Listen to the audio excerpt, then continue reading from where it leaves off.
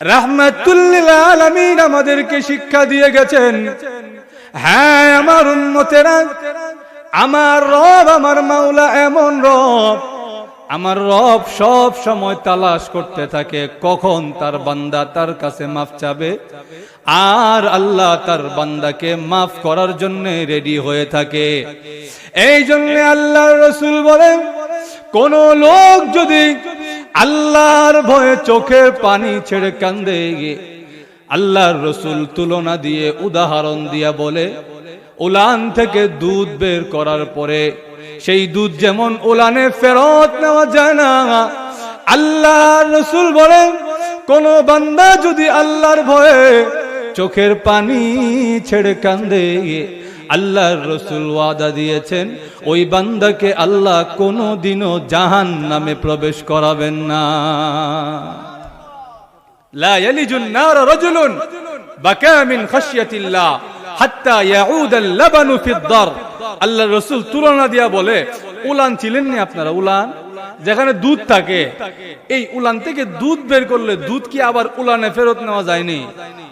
দুধ যেমন উলানে ফেরত নেওয়া যায় না, ঠিক তেমনি ভাবে কোন বান্দা যখন চোখের পানি ছেড়ে দেয় আল্লাহর ভয়ে, অন্য কারো ভয়ে না, প্রেমিকার মহব্বতে না, আল্লাহর ভয়ে যখন চোখ থেকে পানি ছেড়ে দেয়, আল্লাহর রাসূল সাল্লাল্লাহু আলাইহি ওয়াসাল্লাম বলেন আল্লাহর কাছে ওইটা এত প্রিয়, এত মজা লাগে, আল্লাহর রাসূল ওয়াদা দিয়েছেন লা ইয়ালিজুন নার রাজুলুন বাকা মিন খাশিয়াতিল্লাহ, ওই বান্দাটা কিয়ামতের কঠিন ময়দানে জাহান্নামে প্রবেশ করবে না। এই জীবনটা হলো সার্থক জীবন। জোরে বলেন ঠিক কিনা? সাহাবাই কেরামেরও গুনাহ হয়ে গেছিল। সাহাবাই কেরাম জিন্দা অবস্থায় মাসুম ছিলেন না, নিষ্পাপ ছিলেন না।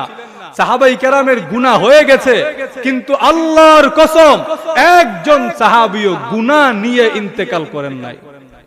গুনাহ হয়ে গেছে, সঙ্গে সঙ্গে আল্লাহর কাছ থেকে তওবা করায়া গুনাহ মাফ করায়া নিছে। আল্লাহর নবীর একজন সাহাবী ছিলেন, একটা ঘটনা কইতাম নি, আরো জোরে, অসুবিধা হইতাছে নি আপনাদের? আল্লাহর নবীর একজন সাহাবী ছিলেন, তার নাম মাইজ বিন মালিক রাদিয়াল্লাহু আনহু। আপনারা সংক্ষেপে মনে রাখবেন মাইজ। কি নাম? মাইজ বিন মালিক রাদিয়াল্লাহু তাআলা আনহু একদিন নবীর কাছে এসে বলে, ওগো নবীজি তাহহিরনি, ওগো নবী আমারে পাক করেন, আমি না পাক হয়ে গেছি। আল্লাহর রাসূল বলেন, আমার সাহাবী কিতা কয়, এ না পাক কেমন হইলো? নবীজি তারে ফিরায়া দেয়, পরে আইসো। কিছুক্ষণ বাদে আবার আসে, ইয়া রাসূলুল্লাহ আমি না পাক হয়ে গেছি, আপনি আমারে পাক করে দেন।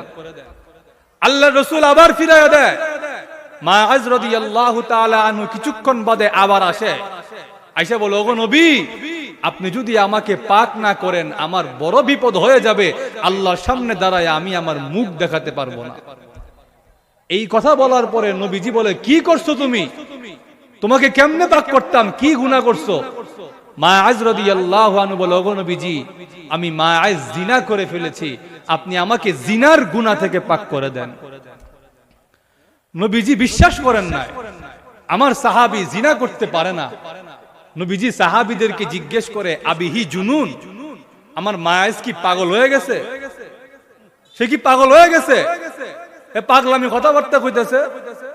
এক সাহাবী বলে, না হুজুর, মাইজ পাগল হয় নাই, মাইজ পরিপূর্ণ সুস্থ অবস্থায় আপনার কাছে আসছে। নবীজি এবার বলে, মাইজ কি মদ পান করে আসছেনি?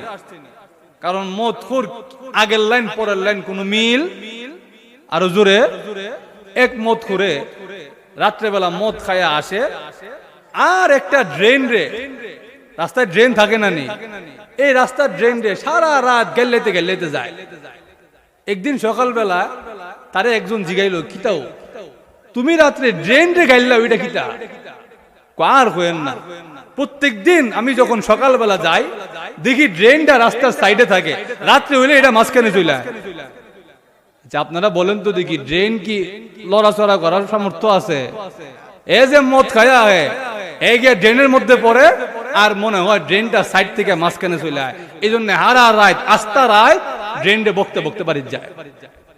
এই কারণে মদখুরের আগের লাইন পরের লাইনের কোনো মিল, আরো জোরে, নাই। আল্লাহ রসুল বলেন আমার সাহাবী কি মদ পান করে আসছে নাকি? নবীজি বিশ্বাস করতে পারে না যে আমার সাহাবী জিনা করতে পারে। জিনা এমন একটা বড় ব্যভিচার, এত বড় গুনাহ। আল্লাহ রব্বুল আলামিন জিনার শাস্তি কোরআন শরীফে উল্লেখ করেছেন।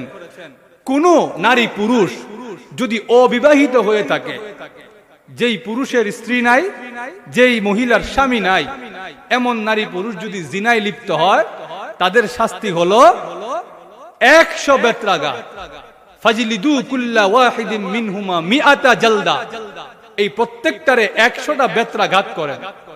আর যদি যেই পুরুষের স্ত্রী আছে আর যেই মহিলার স্বামী আছে, এমন নারী পুরুষ যদি জিনায় লিপ্ত হয়, ইসলামে বিধান হলো এমন নারী পুরুষের কোমর পর্যন্ত মাটির নিচে খাদায়া পাথর দিয়া নিক্ষেপ করতে করতে হত্যা করে ফেলো। এমন নারী পুরুষের আল্লাহর জমিনে থাকার অধিকার নাই।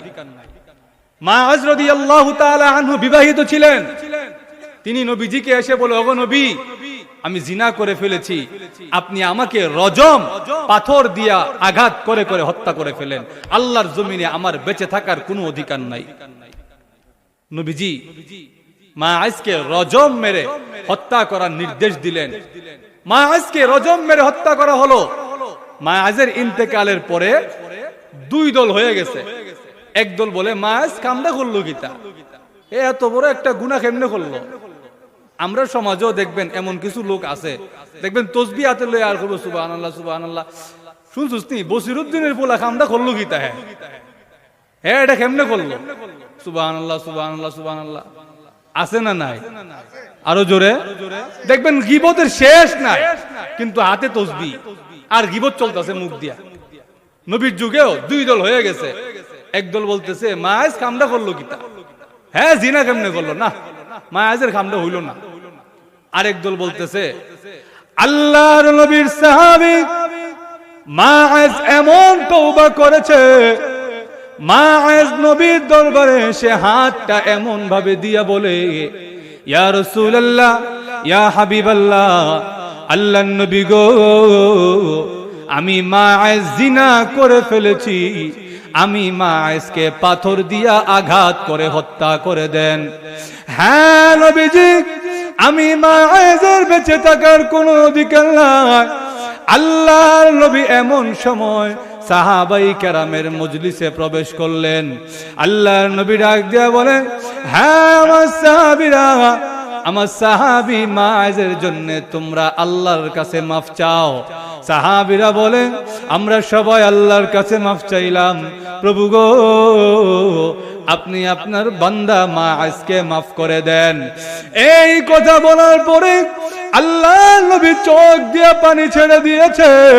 আল্লাহর নবী ডাক দিয়ে বলে, সাহাবীরা রে, আমার মাআজ আল্লাহর দরবারে এমন তওবা করেছে, মাআজের একটা তওবা যদি আমার সারা উম্মতের মাঝে ছড়ায়া দেওয়া হয়, মাআজের এক তওবার বিনিময়ে আল্লাহ আমার সারা উম্মতের গুনাহ মাফ করে দিবে।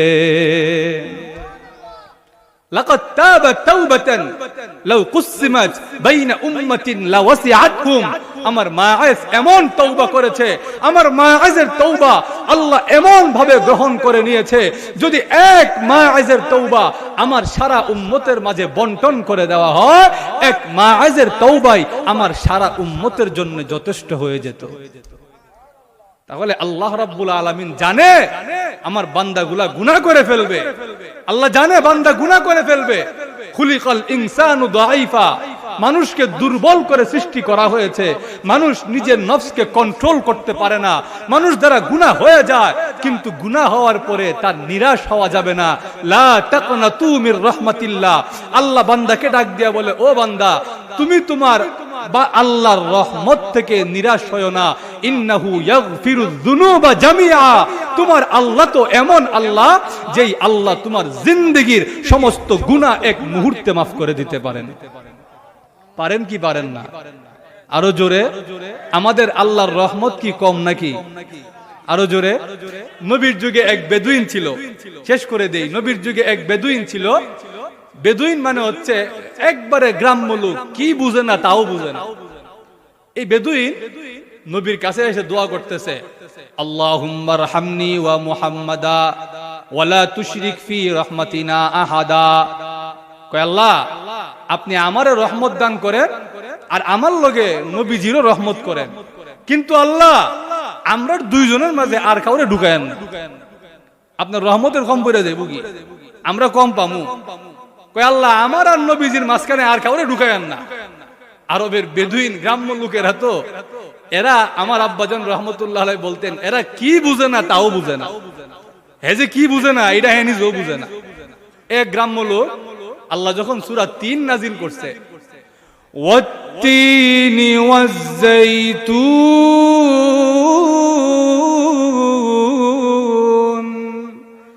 আল্লাহ রাব্বুল আলামিন কসম করলেন, ওয়াত্তিন ওয়াজ্জাইতুন, তিন ফল, তিন ফলের কসম করলেন।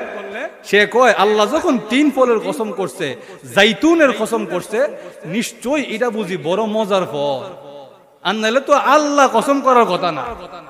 কই তিন জাইতুনের কসম যখন আল্লাহ করছে, তাহলে এবার তিন আর জাইতুন খায়া দেখি কেমন মজা। বাজারে গেছে, গিয়ে তিন ফল কিনছে, কিনা খায়া দেখে বড় মজা। খায়া কয় সাদাকতা রব্বানা, আল্লাহ আপনি সত্য কইছেন, তিন ফল বড় মজা। এবার জাইতুন কিনছে। জাইতুন হলো কি জানেননি? অলিভ। অলিভ অলিভ আপনারা চিনবেন ভালো। অলিভ তো অলিভ খাইতেও তো মজা না। যখন জাইতুন কিনছে, জাইতুন খাওয়ার পরে দেখে এটা এমন বেমজা, এটা এর মুখে স্বাদ লাগছে না। এবার আল্লাহরে ডাক দেয়া কয়, আল্লাহ আয়াত নাজিল করার আগে একবার খায়া দেখতেন, না খায়া আয়াত নাজিল করে লইছেন, একবার খায়া দেখতেন কেমন, এরপরে আয়াত নাজিল করতেন। এই জন্যে নবীজি কখনো এদেরকে বাধা দিতেন না, কারণ এরা কি বুঝে না তা নিজেও বুঝে না। এক বেদুইন আইসা মসজিদে নববীতে এর পেশাব ধরছে, মসজিদে নববীতে পেশাব করে দিয়েছে। সাহাবাই কেরাম তো লাফালাফি আরম্ভ করছে, আর তুই খামটা করলি কিতা? নবীজি কয় তাকে বাধা দিও না, কারণ তার সেই বুঝ বুদ্ধি নাই। তো এই বেদুইন দোয়া করে, আল্লাহ আপনি আমারে রহমত করেন, আর নবীজির উসিলায় যখন আমি ঈমানটা পাইছি, নবীজিরও রহমত দেন, কিন্তু আমরা দুইজনের মাঝখানে আর কারো রহমত দিয়েন না। তাহলে আপনার রহমতের কম পড়ে যাইব কি? আমরা রবের আল্লাহর রহমত কি এত শর্ট নেই?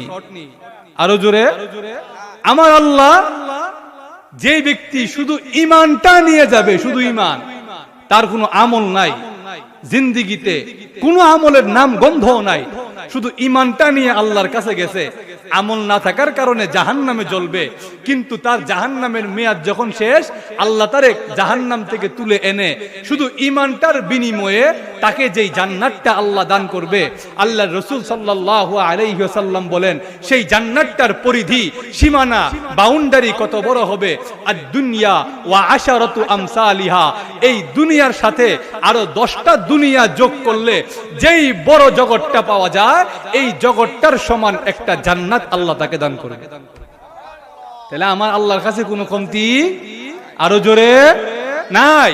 এই জন্য আল্লাহ বলেন, বান্দারে ইয়াখশাল্লাহ, তোমার গুনাহ হয়ে যাওয়ার পরে যদি তুমি আমি আল্লাহর কাছে তওবা করে চোখের পানি ছেড়ে কাঁদো, আমি আল্লাহ ওয়াদা দিলাম, আমি আল্লাহ তোমার দুনিয়াবি জিন্দেগিকে সার্থক করে দিব, আর কিয়ামতের কঠিন ময়দানে তোমার হাতে জান্নাতের সার্টিফিকেট তুলে দিব। তিনটা গেল। 4 নম্বর শর্ত, ওয়ায়াত্তাকি, আল্লাহ বলেন যারা তাকওয়া অবলম্বন করবে। তাকওয়া অর্থ কি? তাকওয়া শাব্দিক অর্থ হলো বেঁচে থাকা। কি অর্থ? আরো জোরে, বেঁচে থাকা। তাকওয়া শাব্দিক অর্থ হলো বেঁচে থাকা। ওমর রাদিয়াল্লাহু তাআলা আনহুকে সাহাবাই কেরাম জিজ্ঞেস করলেন, ওমর তাকওয়া শব্দের অর্থ কি? তাকওয়া আমরারে বুঝায়া দেন। হযরত ওমর রাদিয়াল্লাহু তাআলা আনহু বলে, তোমরা উদাহরণ দিয়ে বুঝাই, কোন একটা কাটা যুক্ত গাছের বাগান, যেই বাগানের সব গাছেই কাটা, এমন বাগানে যদি তোমারে ছাইরা দেই, তুমি কেমনে চলবা? সে বলে, ওমর ওই বাগানে যদি আমাকে ছেড়ে দেন, তাহলে আমি এমন ভাবে সাবধানে চলবো যেন আমার গায়ে জামা কাপড়ে কোনো জায়গায় কাটা না লাগে। ওমর রাদিয়াল্লাহু তাআলা আনহু বলেন, এরই নাম হলো তাকওয়া। এই গুনাহের সরঞ্জামের মধ্যে, এই দুনিয়াতে গুনাহের সরঞ্জাম দিয়া ভরা, এই দুনিয়াতেও তোমাকে এমন ভাবে চলতে হবে যেন তোমার আমল নামায় আমলের জিন্দেগিতে গুনাহ নামক কাটা না লাগে। তো জোরে কর না সুবহানাল্লাহ। এর নাম হলো তাকওয়া। তাকওয়ার অর্থ হলো যেন আমার দ্বারা গুনাহ না হয়ে যায় সেই দিকে খেয়াল রাখা। আমরা তো আজকে সেই দিকে খেয়াল রাখি না, চিন্তা করি আমরা তো গুনাহ হয়ে যাইবো, আল্লাহ মাফ করে দিবনে। আল্লাহ তো মাফ করবে, কিন্তু আপনাকে তো আগে আল্লাহরে খুশি করতে হবে। জোরে বলেন ঠিক কিনা? আল্লাহ শুধু রহমান রহিম আমরা বলি, আল্লাহ রহমান, আল্লাহ রহিম, আল্লাহ গফুর, কিন্তু আল্লাহ যে আল্লাহর আরেকটা নাম রাখছে যু শাদীদিল ইকাব, আল্লাহর শাস্তি বড় শাস্তি। আল্লাহ যে বলছে ফায়াউমা ইদিন লা ইউআযিবু আযাবাহু আহাদ, ওই দিন বড় কঠিন দিন, যেই দিন আল্লাহর শাস্তির মতো কেউ শাস্তি দিতে পারবে না। আল্লাহর শাস্তি বড় ভয়াবহ শাস্তি। জাহান্নামে আল্লাহ এমন এমন ফেরেশতা নিযুক্ত করে রাখছে, ওই ফেরেশতাদের দিলে অন্তরে কোনো মায়া দয়া নাই। এরা আপনাকে শাস্তি দিবে, আপনি চিৎকার করে কাঁদবেন, আপনি রক্তাক্ত হয়ে যাবেন, আহত হবেন, কিন্তু এদের দিলে এক ফোঁটাও দয়া মায়া আপনার জন্য লাগবে না। দুনিয়ার জীবনে দেখা যায় কোন মদখোর, গাঞ্জাখোর, বাবাখোর, ইয়াবাখোর, চোর, ডাকাত এটা যদি সামনে পায়, দেখা যায় জনগণ মিল্লা গণধুলাই দেয়। যেরকম ঠিক কিনা? গণধুলাই দেওয়ার সময় যদি দেখা যায় চোরটার রক্ত বেরিয়ে গেছে, জোরে জোরে বাপ মারা গেছিলি আরম্ভ করছে, তখন এদের মনেও মায়া লাগে। জোরে বলেন ঠিক কিনা? একজন ডাক দেখো, আর মারিস না রে, রক্ত বেরিয়ে গেছি, আর মারিস না, মায়া লাগে। যদিও চোর, যদিও ডাকাত, যদিও ছিনতাইকারী, কিন্তু দুনিয়ার মানুষের মনে আল্লাহ মায়া দিছে, এই জন্য মানুষের মায়া লাগে। কিন্তু আল্লাহ বলেন আলাইহা মালাইকাতুন গিলাযুন শিদাদ লা ইয়াসুনাল্লাহা মা আমারাহুম ওয়া ইয়াফআলুনা মা ইউমারুন।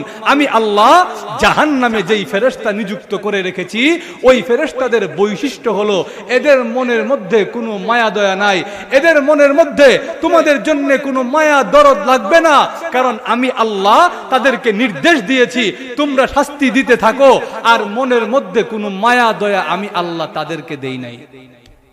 এই জন্য ওই জাহান্নাম থেকে যদি বাঁচতে পারি, জান্নাতে যদি যেতে পারি, তাহলেই আমাদের জীবনটা সার্থক, কামিয়াব, সাকসেসফুল হবে। জোরে বলেন ঠিক কিনা? তাহলে 4টা কর্মসূচি আল্লাহ দিছে, এই 4টা কর্মসূচি যদি কেউ পালন করতে পারে, তার পুরস্কার কি, তার লাভ কি? আল্লাহ আয়াতের শেষে বলে ফাউলাইকা হুমুল ফাইজুন।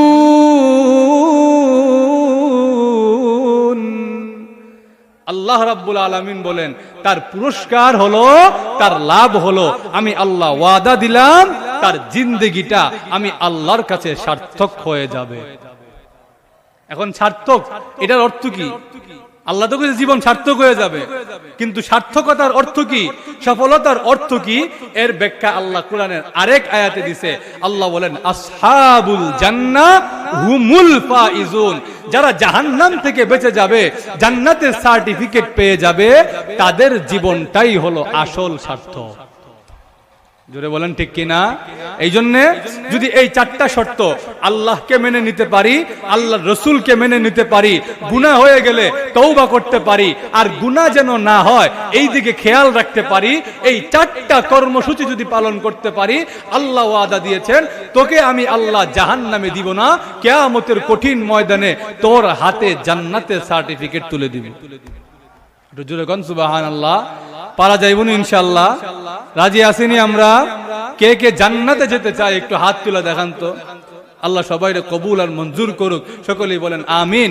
আমার আলোচনার একদম শেষ পর্যায়ে চলে এসেছি, আমাদের এশারের নামাজের সময়ও হয়ে গেছে। যেহেতু আজকে একটা মাদ্রাসার মাহফিল, এই মাদ্রাসা কিয়ামত পর্যন্ত আবাদ থাকুক, টিকে থাকুক, আপনারা সবাই চাননি? আরো জোরে। আর আমার আব্বাজান রহমতুল্লাহি আলাইহির স্মৃতিও এখানে আছে, এই জন্যে আমি শুনছি এখানে ওয়াজে আসার আগে অনেক প্রবাসীরা, আপনাদের এলাকার অনেক মানুষেরা এই মাদ্রাসায় তাদের অনেক অবদান, একজন প্রবাসী নাকি জায়গা রাখি দিছে। আলহামদুলিল্লাহ, আল্লাহ তার দানকে কবুল আর মঞ্জুর করুক, তার দানকে তার নাজাতের উসিলা বানায় দিক। সকলে বলেন আমিন।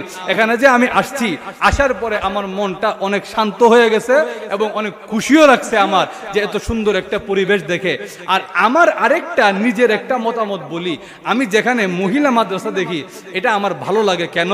কারণ আমাদের পুরুষদের তো দিন শিক্ষার কোনো সুযোগের কমতি নাই।